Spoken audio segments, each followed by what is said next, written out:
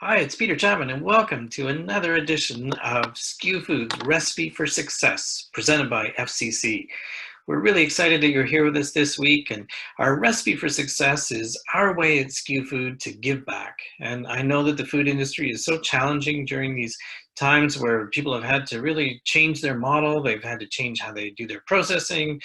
Retailers are changing how they sell the products. So many people have had to adapt in such a short period of time. And our recipe for success is really something that we've developed to provide a little bit of insight and give back so that you can really implement some of these changes right away in your business, learn from it, and really benefit during some challenging times and allow you to focus on moving your business forward. And we also hope that we give you some good ideas that you can really take and get going on sooner than later. And SKUFood is a community of an online community of food producers and food processors. And it's really been designed to help you navigate through the world of selling food. And I'm not an expert at making it. That's a producer or processor's job. But where I can help you is how to do a much better job of selling it. And what we like to say at SKUFood is that it's not about making great products to sell. It's about selling those great products you make. And what I try to do is use my background. I'm fortunate to have worked in the food industry my entire career. I started working in a store in high school, and it wasn't the plan, but it worked out that way where I spent 19 years with Loblaw companies in different roles, marketing and advertising, merchandising. And in the last 12 years, I've been fortunate to work with different producers and processors across the country, whether it's speaking or doing one-on-one work to help them build relationships, and the really short version is to help them get their products on the shelf and into the shopping cart. And last week we learned a lot from Carolyn about online selling, and this week we're going to really focus on Amazon. And Carolyn is the CEO and co-founder of Duckish Natural Skincare. This is a great company. In Carolyn's words, delightful skincare. All natural bath, body, and baby care company, which is based in Halifax. So Carolyn, welcome back. Thank you. Thanks for being here again. Pleasure. So, and Carolyn has really grown her business from starting as a part-time business to being a thriving e-commerce business, and also listed at Whole Foods stores in Ontario. And as we learned last week, rolling out into Sobeys stores across Atlantic Canada, which is very exciting. And it's a challenging time to roll out a new product listing. Sure is. To get into stores and see that it's getting on the shelf, because they do have different priorities right now at retail. But on the other hand, I think people are looking for good news stories, and there's probably a lot of opportunity to get the word out once you know it's on the shelf and you can talk about it, right? Absolutely. So our recipes for success presented by FCC are really meant to be interactive sessions. And Carol and I are going to have a conversation about being successful and selling on Amazon. But if you have any questions, we certainly encourage you to put them into the chat. We can definitely, we'll take a few breaks so that we can address your questions. And really it's about helping you solve the problems that you have. And I'm sure a lot of them will be similar to some of the things that Carolyn will mention. But if there's something specific that you would like us to address, then by all means, ask us a question, and we will definitely address that for you. We will do a couple of polls today just to get a sense of who we have there, because it really helps us with delivering the content the most effectively. So I want to make sure that we do that, and we'll do that off the top in one moment. But just also, I wanted to let you know that it's very exciting for me that our recipe for success are being sponsored by FCC. And FCC is really, it's the only Canadian lender that's 100% invested in Canadian agriculture and food. And you may be familiar with FCC's support of agriculture, which is their core business. However, they also support the ecosystem that surrounds agriculture. They finance food processors, manufacturers, wholesale, distribution companies, equipment, and packaging suppliers. So FCC work with customers at every stage of their life cycle, from small artisanal businesses up to large companies who are exporting globally.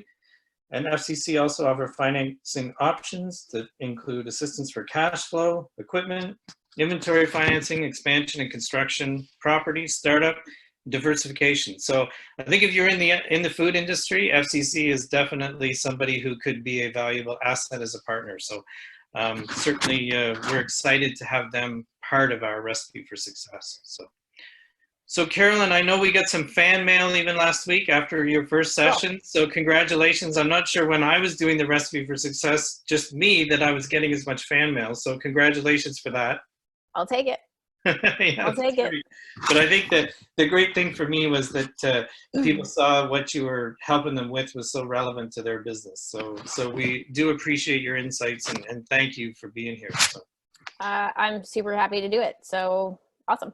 All right, good. So what I'm going to ask people to do, I'm going to just launch that first poll, and we just want to get a sense for how many people out there are actually selling on Amazon today. So you should see the poll up on your screen, and we just want to know, are you selling your food and beverage products on Amazon today? And it certainly is great insight for us. I didn't actually guess at this one this week. Last week, sure, I did take a guess. I should have done that. We could have had a little friendly little wager. Yeah. So it looks like we have about maybe between 10 and 15% of our viewers are actually selling on Amazon right now.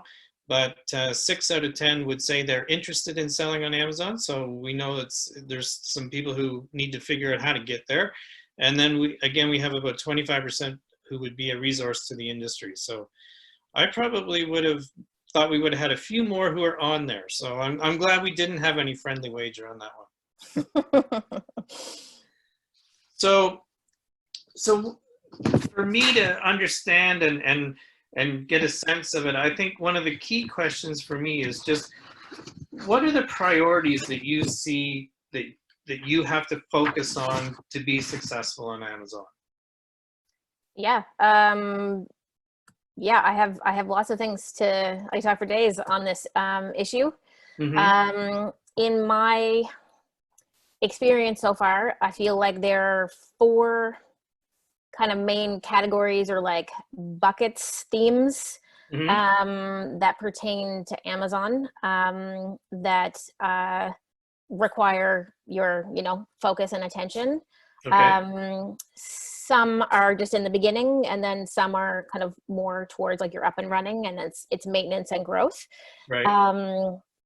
So should I just sure jump in with number 1? Yeah, share those 4 for sure. Sure. So I'll tell the 4 that, and again, this is my experience, my opinion. Other people who are already selling on Amazon, they may have a slightly different experience. So mm-hmm. by all means, would love to hear it. For me, research in the beginning is crucial, because you need to know, if there are products like yours already being sold on Amazon, mm-hmm. and who's selling them, what their take on that particular item is. So basically understanding the landscape that you're getting into. Amazon is its own world ecosystem. It is a behemoth. Mm-hmm. And then like, who are the players? Who are you up against? How big are their budgets? Once we start talking about advertising, that definitely comes into play. Mm-hmm. So that's something that I would definitely, before doing anything on Amazon, is do that research, do that homework, mm-hmm. To get a better understanding of what you're getting yourself into, if you decide to go on Amazon. So priority 1 is research. Definitely. So we'll come back, and we're going to come back to each one of these and kind of dive into some details. So number 1 is research. What's number 2? So once you've decided that you want to go forth into the world of Amazon, mm-hmm. Just like any sales channel, costs are absolutely paramount crucial. Unless you want a really expensive hobby, you need to understand the math of the situation. So both for how much it actually costs to manufacture or to buy your product that you hope to sell, but also depending on if you want to fulfill the order yourself from the Amazon store, there's one cost structure. If you choose to go with FBA, where Amazon fulfills the orders for you, there's another cost structure, and it is significantly more expensive for them to do that for you. There are tools out there called an Amazon fee calculator or cost calculator, Right. where you see what they're going to charge you for based on their criteria. Mm.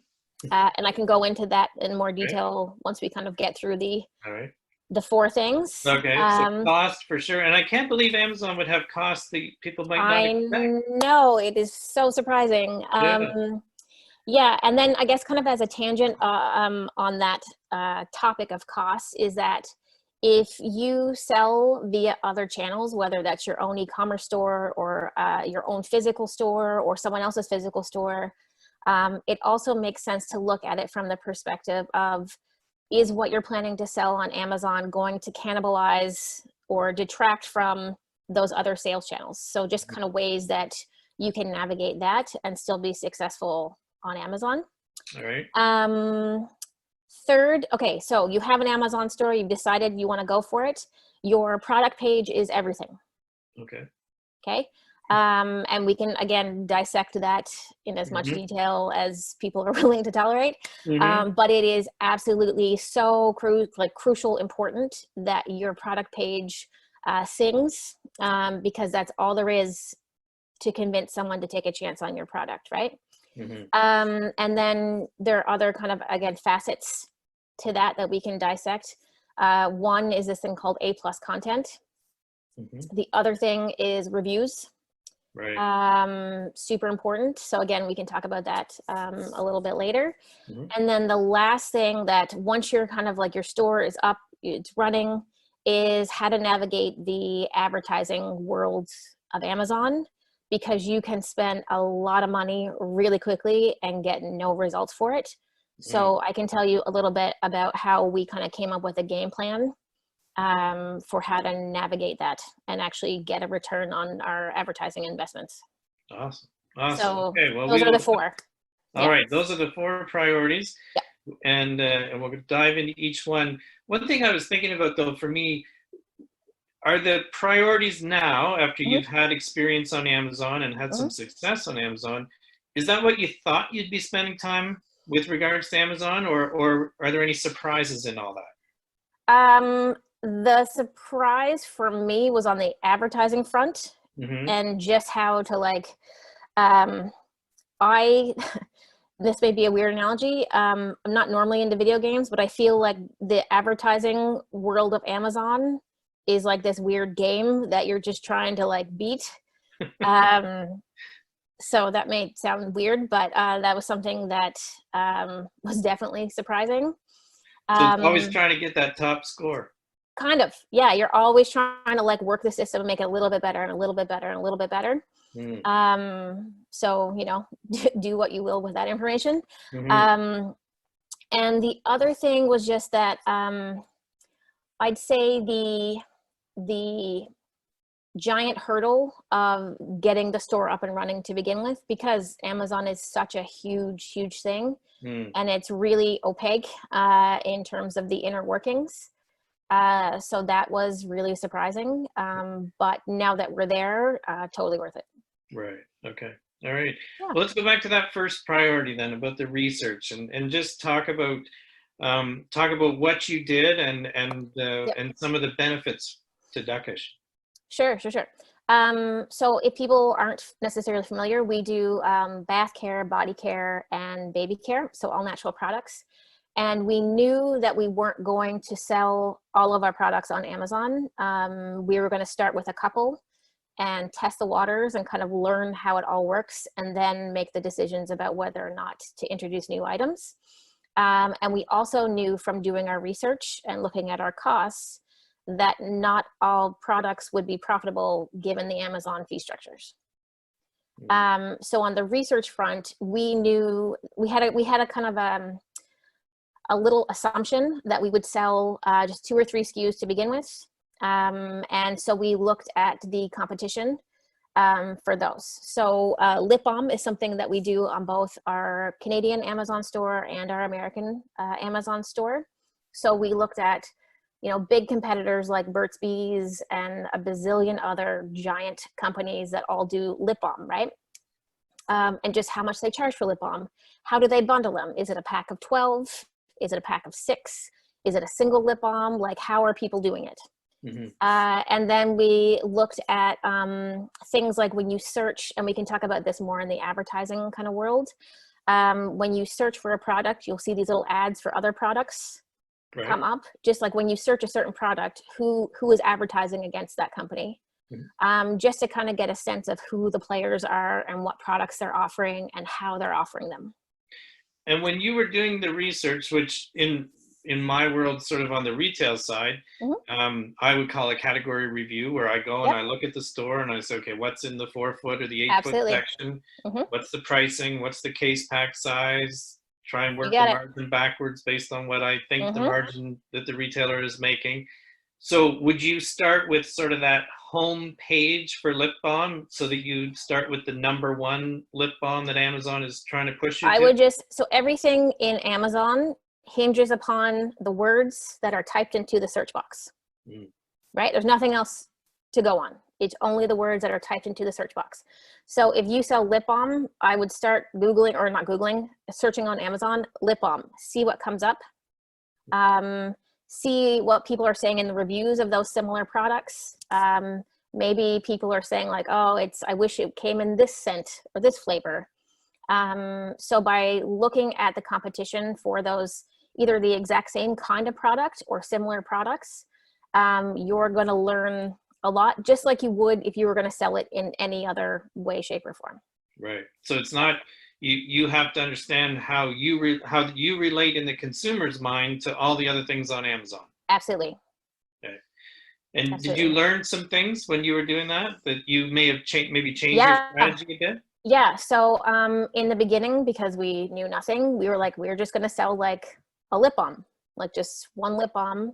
And it's a silly example, but like when you go on Amazon, you don't really, they'll have these things called add-ons, and it'll be kind of flagged as an add-on, but it's only huge, massive companies that sell a single lip balm. And pretty sure from our like research and like how we learn things, that it's a loss leader. Like no one's making money by selling a single lip balm. So just the idea of bundling products, how could we bundle products? And again, that ties into the cost kind of scenario to be competitive with, you know, the likes of Burt's Bees, who have infinite advertising budgets when we have like no advertising budget. So little things like that, that if you spend enough time kind of looking at what else is happening in those similar products or similar categories in the Amazon world, you're bound to learn a ton that you would never necessarily think of yourself. Okay. All right. Yeah. Interesting. And do you continue to do the research? Absolutely. Ongoing? So you're looking for new entrants to the category, that kind of thing? Absolutely.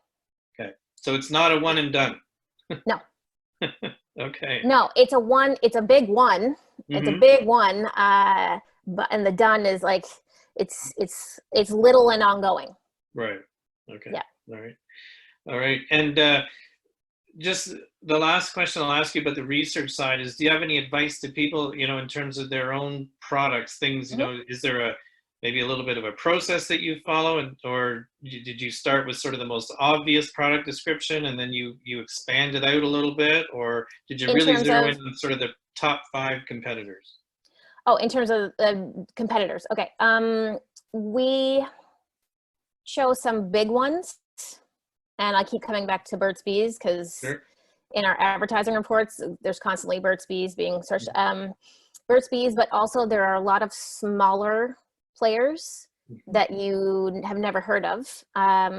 So by paying attention to those sorts of things, you will see what, like I said, the competitors are doing, but it's going to help you identify new opportunities.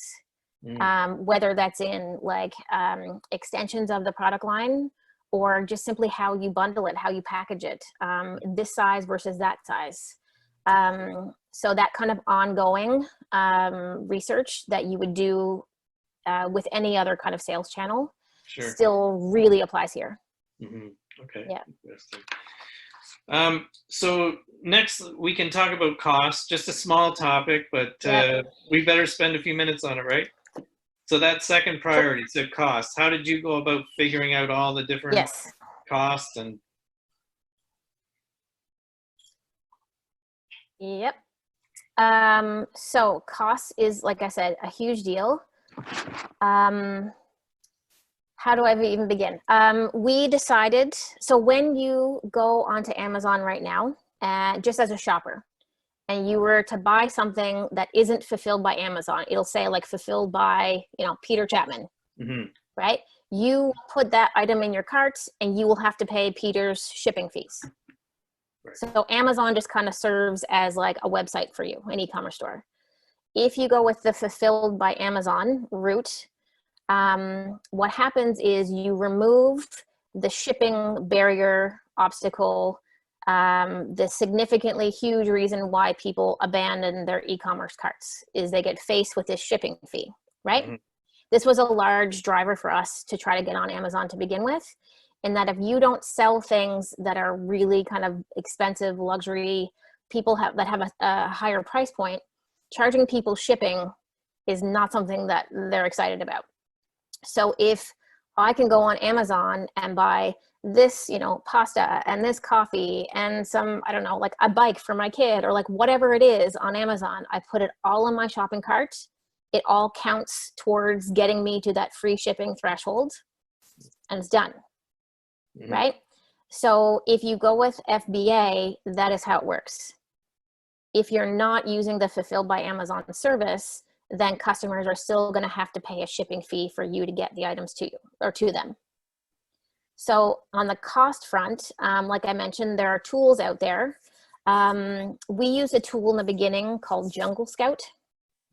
And Jungle Scout is really good if you want to buy products that exist and then resell them on Amazon. It'll give you an infinite amount of data about number of searches and just the whole thing.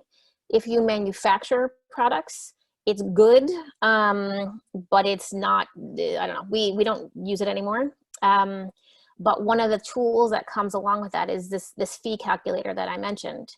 So you can enter the amount your product, costs you to make, but then Amazon is going to tell you how much they're going to charge you to fulfill the order. And that's going to be based on the size and weight of your product. And it's also going to be based on the price point. So there are thresholds for, dimensions, right? Size and weight. And once you pass that line into the next one, then the fees jump significantly. And then the same with the price point of your item.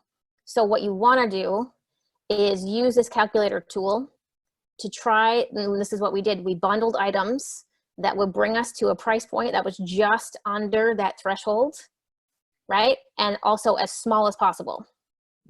So that we came up with bundles that would maximize our profit on Amazon based on that. So like I said, fulfillment fees for actually like picking and packing the order, but fees associated with warehousing, so the size and weight of the items. And then there are other fees that you could pay them to do, but it's optional. So when we bundle items, we shrink wrap them together and barcode them ourselves. But you can get Amazon to do barcoding and that kind of stuff, which they will do, for the low fee of whatever. Right. And then you have to take into consideration that you are going to have to ship your products to Amazon warehouses.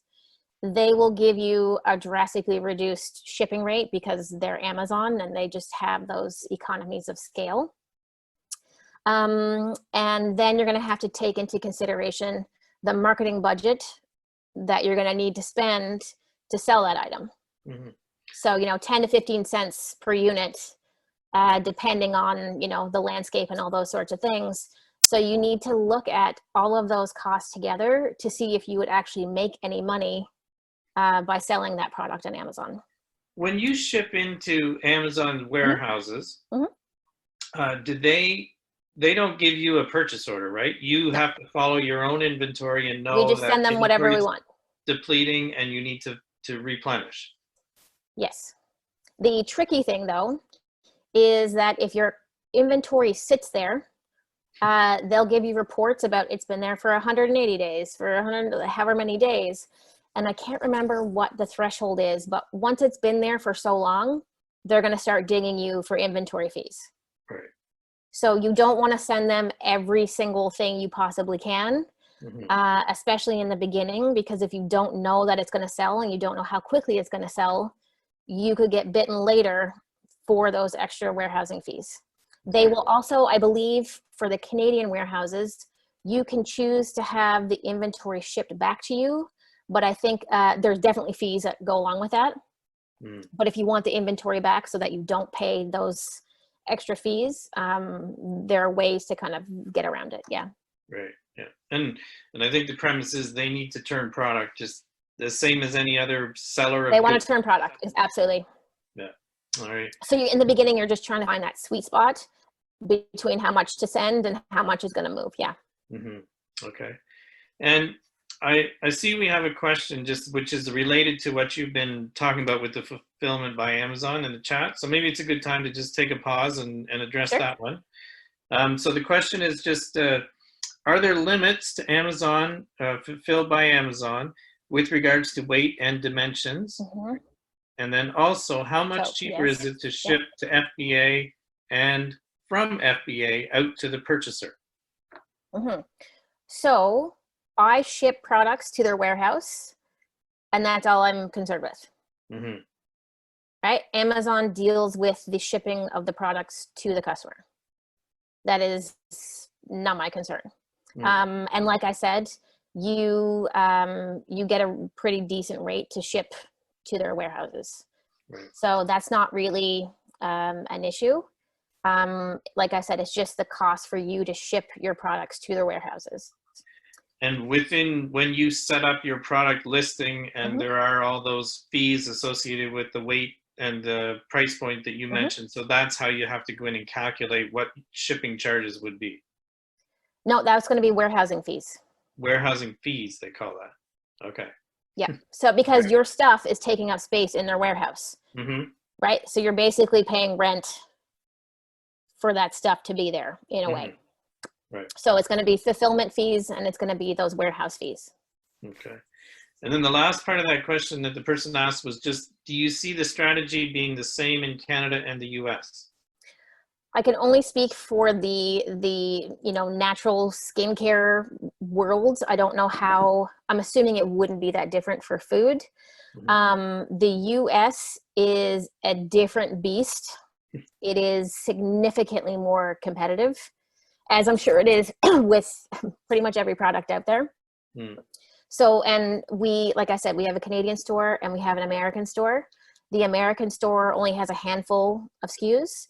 And we've seen from our advertising spends, things that work well in Canada is not the same in the US. So different consumer, right? Different consumer and just significantly more competition. So it's going to cost you a lot more. So you have to be smart about the products that you put there and smart about how you promote and advertise them.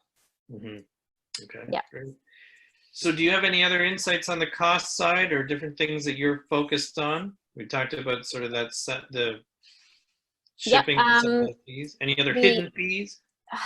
I'm sure there are. Those are the ones that I know that we pay. But again, we try to do a lot of the finicky stuff on our end so that we just ship it and it's done. They just have to take it out of the boxes and that's it. But yeah, I'm sure that Amazon provides many other little small services that they will happily take your money, to take care of. That's the only thing that comes to mind. The only other thing, just on the idea of cost, which I think I mentioned before, was that we don't want to cannibalize sales from your own website, from the retailers that already sell your products, for example, or your own store if you have your own store. So what we also did on this kind of cost calculation front was try to bundle items that we don't sell on our website and we don't sell to our retailers. So same SKUs, but just unique combinations. We have one little set that we do sell on our own e-commerce site that we also sell on Amazon, but that's it. And And we actually have a couple of ideas of product extensions that we may only do on Amazon. So, you know, if people love, like I said, the fact that they don't have to spend money on shipping, they can just add it to the cart with all of the other randomness they're buying from Amazon. So you want to make sure it's interesting and it obviously sells in the Amazon ecosystem, but it's not to the detriment of those other sales channels that you probably tried really hard to get up and running. I think that's such a great point, because the other retailers are watching Amazon very carefully to see what you're doing, and you don't want them to come back and think, well, why are you doing it for them and not for me, kind of thing. Yep.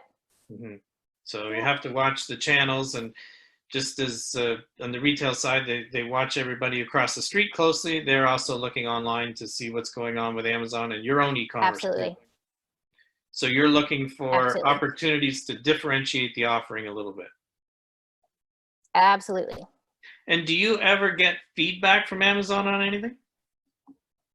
We get customer reviews on the products, but no. Yeah, I find it so interesting, given a lot of what I do, where you talk about relationships with retailers and category managers and things like that. Whereas when you put your product on Amazon, which is a huge, massive company, you never ever really interact with them, right? No. No, not unless there's a problem. And then you have to deal with customer support and whatever, but no. Yeah, okay. One part of that question that the person asked was just, do you know if there are limits to weight and dimensions when you use fulfillment by Amazon? I don't know off the top of my head. I only, like I said, have experience with our own products, which are pretty small. But I'm sure in the Amazon support, or just Google it, I'm sure that information is readily available. Okay. Yep. So very important for people to understand those the costs of what they're doing, and absolutely what the return will be to you at the end. Okay. So the third priority you mentioned was your product page, which is your piece of Amazon. And so maybe you want to share some insights into that. Sure. So I think I have a slide. All right. That might hopefully illustrate as I speak. So this is just a screenshot of one of our product pages. So when a customer comes across your products on Amazon, this is all they have to go by, unless they're willing to leave Amazon and go look you up in other channels and read your About Us page and all those sorts of things. So this really has to represent you and your brand, but it also has to try to, what's the word I'm looking for? Your customers are going to look for all kinds of reasons to be like, nah, I don't want to try that product. So your images and your copy need to kind of address all those risk points that your customer is going to be looking for, right? So the quality of your product page, and this is a very standard one, obviously great photography, right? White background for your product images. The higher quality product pages have at least 7 images. And there are all kinds of crazy Amazon tools out there that will rank the quality of product pages, and you can kind of see where you can tweak and adjust. But you should have at least 7 images. And like I said, white background for the actual product shots. The title, so you'll see whenever you search for Amazon products, the title is crazy long, right? And it's mostly just random words that it just doesn't necessarily read well. That is to help with search. So when a customer types words into that little search box of Amazon, that is the only thing Amazon uses to gauge whether or not your page is going to be a quality result. So people try to jam in as many of those keywords as possible into that title to ensure that Amazon will present their page as a possible search result. The other thing is that the bullet points, people look here for the key pieces of information. So how you craft the information you put here is really, really important. You want to address any of the concerns that someone might have. All those reasons why they would say no to buying your product. You want to make sure that they're somehow addressed in here so that it's easy for them to say yes. Further down the page, which I don't have here because this is a screenshot, there's a paragraph, a fuller description, which every page will have. But the key thing to take away is the image quality needs to be fantastic. Ideally, you have at least 7 images. Your title has all of the keywords that you think your customer would be searching into that little search bar at the top of the Amazon page to be able to find your product or a product like yours.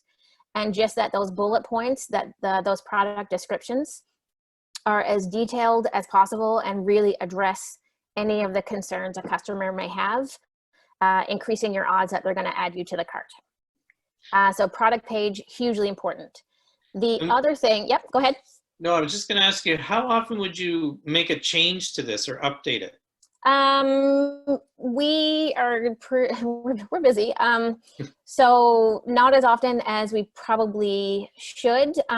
One thing that we just did, or my partner did recently, is tweak and adjust the title so that when you search on desktop, you see the whole thing, but also if you're on Amazon on your phone, the title should also give you, like, I think it's 75 characters, give you the title in a way that, you know, makes the customer be able to understand what it is they're looking at while searching on their phone. So tweaks and adjustments like that. I mean, it just depends. If you come across a keyword that you see your competitors using, you know, you can always go back in and tweak and adjust. But it's something to kind of, that will probably evolve a little bit over time, that you constantly want to try to improve and optimize. But we don't do it too often. We probably should do a little more often. All right. Now, when I see the only 10 left in stock, the other thing I was going to say, yep. Is that a bit of a scarcity kind of thing, or? Yes. All right. You're trying to get because we have sold. No, that's just how many we've sent them, however many that we had available to send them. And that's what's left. There's also an app that shows you, like, behind the scenes. So I'll get inventory alerts and that kind of thing. We try to avoid stockouts, but we sell in a variety of channels. So it's sometimes hard to stay on top of all of them. But ideally you want to avoid a stock out. And if, you know, seeing the fact that only 10 left in stock makes you want to pull the trigger and add it to the cart now, I'm okay with that. Okay.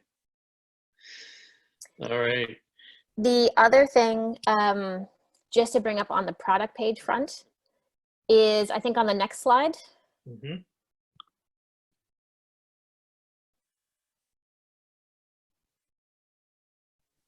You see it there now? So when someone searches, so this will tie into advertising. When someone searches, you'll be presented, right? The customer is going to be presented, yep, with a variety of products based on the words they typed into the search box. And you'll see there's the Nivea stuff, which is an ad. And then the next layer of products, they all have the word sponsored, pretty much all of them. So those are ads as well. And then you'll get down to the actual search results. So I'll come back to that one in a second. If you want to skip to the next slide, just before I forget, there are some brands out there that have this thing called A+ content. So you'll see it's still within Amazon, right? It has the Amazon header, but their page kind of looks like a website within Amazon. So again, that's called A+ content. Not everybody is eligible to do this. The key thing you have to have is a trademark for your brand. So if you don't have a trademark, you can't do this. Trademarking in Canada can take up to 2 years. It doesn't have to be in Canada. You can get a trademark in Germany. That's fine too.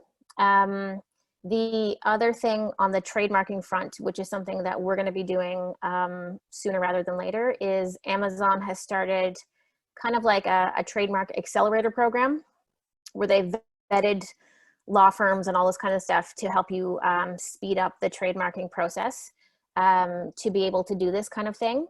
And the reason that brands want to have this A+ content is because you can provide more of a story, more of a customer experience, better visuals, more product information, just a more cohesive branded page that definitely has a positive impact on sales.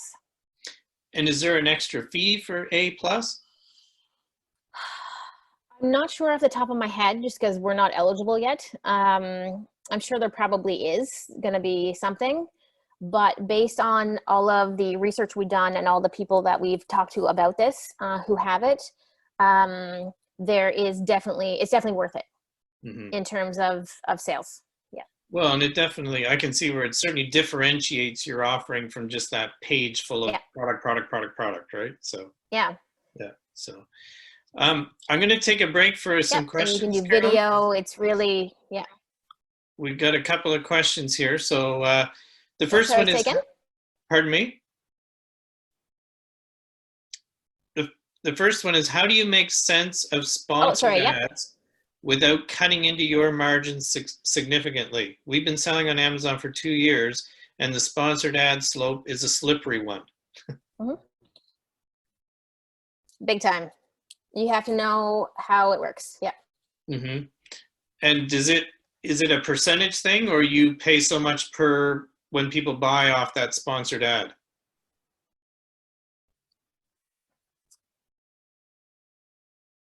It is kind of like Google AdWords, cost per click. Yeah, it's cost per click. All right. So every time so ideally every time you go in there and pay for that sponsored ad, if somebody buys off that instead of just your product page, then your margin is decreased. Anytime anybody clicks on that ad, I get charged. Right. Whether or not they buy the product, I still pay pay for that click. Right. Okay. All right. So another question is, how does Amazon determine Amazon's choice? Is the product company paying for that, similar to advertising? No. I think it's based on how many sales you make in a certain period of time. So it's kind of like the top items in a category get selected as Amazon. I think so. Yeah, we definitely didn't pay for it. Yes, it's based on their algorithm. All right. Yeah. So another question is, the person said they sell with Fulfillment by Amazon Canada and Fulfillment by Amazon USA, and find it very tough to get my listing seen on Fulfillment by Amazon USA. Did you find you had to make a significant investment in initial marketing to get exposure in the US? We are in the process of doing that now, but we've had a similar experience in that the same budget that works well in Canada does very little in the US. And again, it's because you're up against so many more products. And a lot of brands have a lot of money to throw at it. So what we've done is go with a long tail strategy. And if you're not familiar with how that works, you think of all of the words that are searched around lip balm, for example, in Amazon, like every single word pertaining to lip balm. Some are going to be searched more than others, which means that it's going to cost more to get that click, right? To get your ad clicked on. So we try to target all of the smaller, less searched words that are cheaper. Hence the long tail, right? They're not as popular, but they still get searched, and it costs us less. And we've done pretty well on using that strategy because we want to refine our campaigns as cheaply as possible. Sure. And then make the investment in it. Right. Okay. Yeah. Makes sense. But there's a method to the madness in terms of how to advertise. Yeah.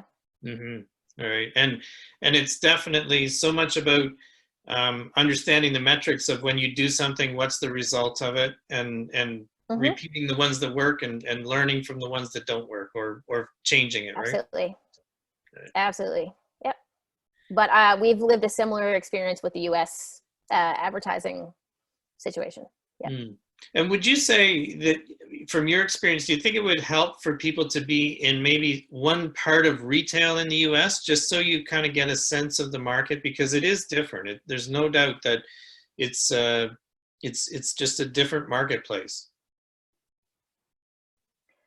My instinct on this, and it's something that we've done, is like I said, we have a lot of products, but we only chose to put 2 products up on our American store to test the water and just see the differences between the Canadian market and the American market, and to be able to take what we've learned in the Canadian market and again apply it in the US to see if it's effective, and basically start small and learn what we can, hopefully as inexpensively as possible. The other kind of cool thing about Amazon and just being on Amazon is that you get brand exposure, right? People are on Amazon, they're searching for stuff. They may have never heard of you, but they search, bath bomb or lip balm or whatever it is, and all of a sudden your products are in the lineup. So in terms of brand exposure, I mean, there's also like that kind of benefit. I don't know how you like quantify it necessarily to kind of gauge whether or not the return on investment is anything, but it definitely, we see it as a slow entry into the US, where we can build some exposure, get product reviews, learn how to advertise effectively in that particular American ecosystem, so that when we're ready to kind of go harder on the American side of things, we're going to get better bang for our buck, instead of just throwing a ton of money and hoping for the best. Right. Okay. And it actually ties into the next question, which is about reviews. Yeah. So the person says, I heard that there are special rules to ask for reviews or else you get penalized. How can you ask for reviews from buyers on Amazon, both in the shipment and also through the platform? Yes. So there are, and again, we're still like learning these things. There are rules. You can't do certain things. You can't promote your own website in the package that you send. But what you can do, and what we do is, I don't know if you can see it. Yeah. It's like a little thank you card. Mm-hmm. So it's like, hey, thanks for buying this thing from us. We really appreciate it. We would love it if you could give us a review. We're a small business. Mm-hmm. And then we also, which is allowed, say like follow us on Instagram at Duckish Natural Skincare. And that is allowed. And we kind of view it as like a thank you card. But yeah, they're very strict about what you can do. Yeah, very strict. Mm-hmm. So the follow us on Instagram is allowed. And we'd love it if you could leave us a review is allowed. But very little else is permitted on that front. But reviews are crucial. Mm. Think about when you go to Amazon or you go to any website, first thing you do is look at reviews to see whether or not people like this product. So there are programs within Amazon. I think it was like, I don't remember the name of it, but I know that it was about $60 and $60 for the year. And you could ensure that your products went to not Amazon influencers, but people that are known kind of product reviewers on Amazon. And it's a way to kind of help new Amazon sellers kind of kickstart that process. Other things you can do, and I know a lot of brands do it, it's somewhat gray area, is we asked a bunch of people that we knew, friends, family, whatever, to be like, hey, because we launched our store in the fall. If you're looking for stocking stuffers, we got them. If you buy them on Amazon, that would be amazing. Like, thank you for the support. And also, P.S., it would be awesome if you could leave us a review. And a lot of people did that because our stuff is small and tiny and perfect for stocking stuffers. So it wasn't a huge ask of them. And the review doesn't have to be like a novel, right? Mhm. It just has to say that your products are great and they love them. And that's a way to kind of get the ball started as well. Right. Okay. And one quick question before we talk about advertising, which is your fourth priority, is your labeling, your product labeling. Did you change Mhm. anything for the US? No, You kept it the same. not yet. We may do, depending on how things go. We kept it the Mhm. same. Depending on how things go. Right now, our labels for Canada are obviously bilingual, Right. with English and French, where French is not necessarily required. So we may, if we kind of continue down this Amazon America road, do an English only label or maybe an English Spanish label. Mhm. Because their products are tiny, any available real estate we can free up on the label to increase font sizes and that kind of thing Mhm. is really great. So it's something that we may invest in moving forward when we kind of have a proof of concept for the American Amazon store. Okay. All Yeah. right. So let's talk about advertising a little bit. About getting the word Yes. out. Yes. So tell us about what you're doing there. So the thing that works really well is, so you're going to set up these campaigns, which there are a million tutorials online about how to do it. But in the beginning, you're going to have to just suck it up and spend some money because you need to learn what words people are searching, right? Typing into that little search box to then come across your products. So you set up these things called mining campaigns, and you basically keep them running, and you're going to learn what kind of search terms are working. And once you figure out what kind of search terms are working, you're going to take those and you're going to create these separate campaigns that are specific to those terms called manual campaigns. And what that does is it helps you get your cost per click down, and it helps weed out all of the other randomness. So if someone types in lip balm or lip balm tubes, they may make their own lip balm. So they're just looking for an empty tube, but they see my product and they click on it, even though they have zero interest in buying a lip balm, they're actually looking for lip balm tubes, it still costs me money. So I want to prevent that from happening as much as possible to keep my costs down. So you can exclude search terms based on the reports you get. So what you're trying to do is start broad and learn what people are searching when they come across your products, and there are reports available for that. You'll see how much you're paying for those clicks. And what you're going to do is take the words that are working and you're going to pull them out and put them into more targeted, refined campaigns. And you're going to keep doing that and keep tweaking and adjusting so that when someone finds you and they click on your ad, your product, the chances of them buying are higher, which means that you spent as little as possible to get the highest conversion. Hopefully Sense. that makes sense. Oh yeah.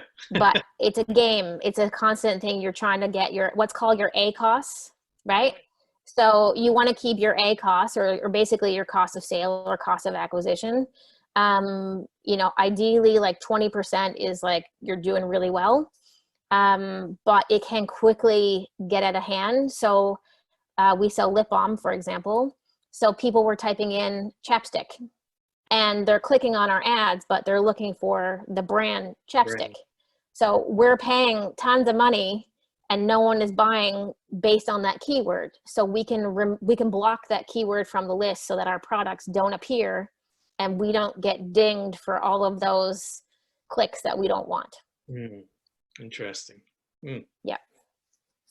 So it's a way you can ensure that your spend is as effective as possible. Okay. And it's really so much about that because you can't afford to have these things erode your margin all the time. Yep. But you have to kind of swallow the pill in the beginning of like, you need to spend some money to learn, do these marketing campaigns to learn what words people are typing into that box to find products like yours. All right. Yeah. And somebody asked for if you knew the link for that $60 service, and maybe what we can do is provide it afterwards. So because we can Yeah, send, I'd have to dig it up. Yeah. all right, we can send that out after. Yep. And do you, when you're talking about advertising as well, do you Mhm. do you try to push people to Amazon to buy your product or Not not? yet, but we will be. You will, all right. We will be, yes. So right now, it's just where people go on to Amazon for the most part to shop, to buy things. They're looking to buy something. People also go there for research to learn about brands and learn more about the kind of product it is that they want to buy. But the fact that they're there to buy is it does a lot of that work for you. They've already gone there. So then what we've done so far is just try to ensure that whatever words they're typing in, we've optimized our ads to ensure they find us. If it is, if our products or our brand are the kind of thing that they might be looking for. Right. We will, however, be experimenting in the next month or two with driving outside traffic from the world to our Amazon store, but we want to have A+ content before we do that.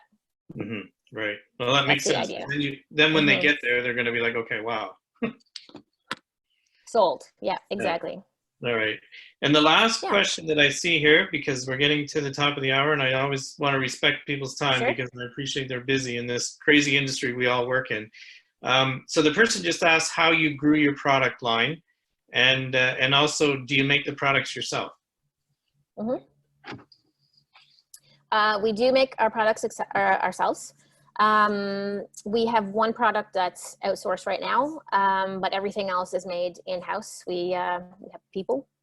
And the product line, this is the product line we have now with aside from a few little extensions of like a new scent of this, is the line we started with, which in hindsight was crazy. Because right now I think we have 28 SKUs, which is madness, and no one should ever start with that.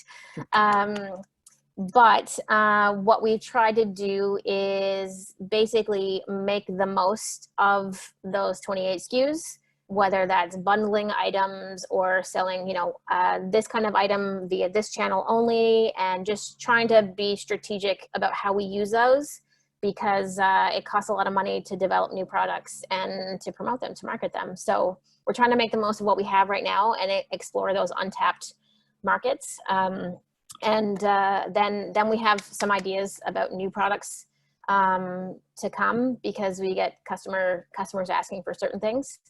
Deodorant, we constantly get asked about deodorant. So soon, but yeah, right now in-house, and don't start with 28 SKUs. Yeah, that's right. But it grows into it, right? And I think it's we're great growing into it. What you do with the bundles, because it makes it look like more than what you have, and I think that's important. So. All right. Well, I'm just gonna. Especially when your items are small. Yeah. Right. Yeah, it makes it give you a little bit more mass, right? All right, I'm just going to finish with some of the good news things, and I try to do that each week because I think it is such a challenging time for those of us in this industry. So some of the things that I was able to find this week, Oppenheimer, which is we all know as Oppie now, which is a massive produce wholesaler distributor on the West Coast. They did a donation of a lot of fresh produce to different community organizations where they could get it out to people in need in the community. And then a little closer to home here in Dartmouth, there's a great restaurant called the Canteen on Portland, and they've totally converted their restaurant over during this pandemic to be a community kitchen, and they're preparing 300 to 400 meals every week for people in need. So instead of trying to do the takeout thing, they've sort of changed their model and doing the preparing food meals for people in need. So I think it's great. And from what I understand, I haven't been there myself, but what I do understand, those people are eating really good meals because it's supposed to be a great place to go. And then just on the past weekend with Mother's Day, so Sobeys across Canada delivered flowers and meals to people working in healthcare.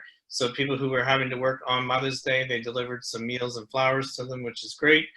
And then I also saw where Molson Coors, which not a small company, a big one, but they did partner with Skip the Dishes to deliver or to donate 20,000 meals to frontline healthcare workers and nurses, because it is Nurses Week this week. So just more examples of things, and I continue to be amazed at how our food industry from one end of the value chain to the other has stepped up through this whole challenge and really supported Canadians and really trying to help make this as good a situation as it can be, and great to see all these different companies stepping up and doing things. And speaking of doing things, next week, Carolyn's going to be back again, and that's the homepage on your website.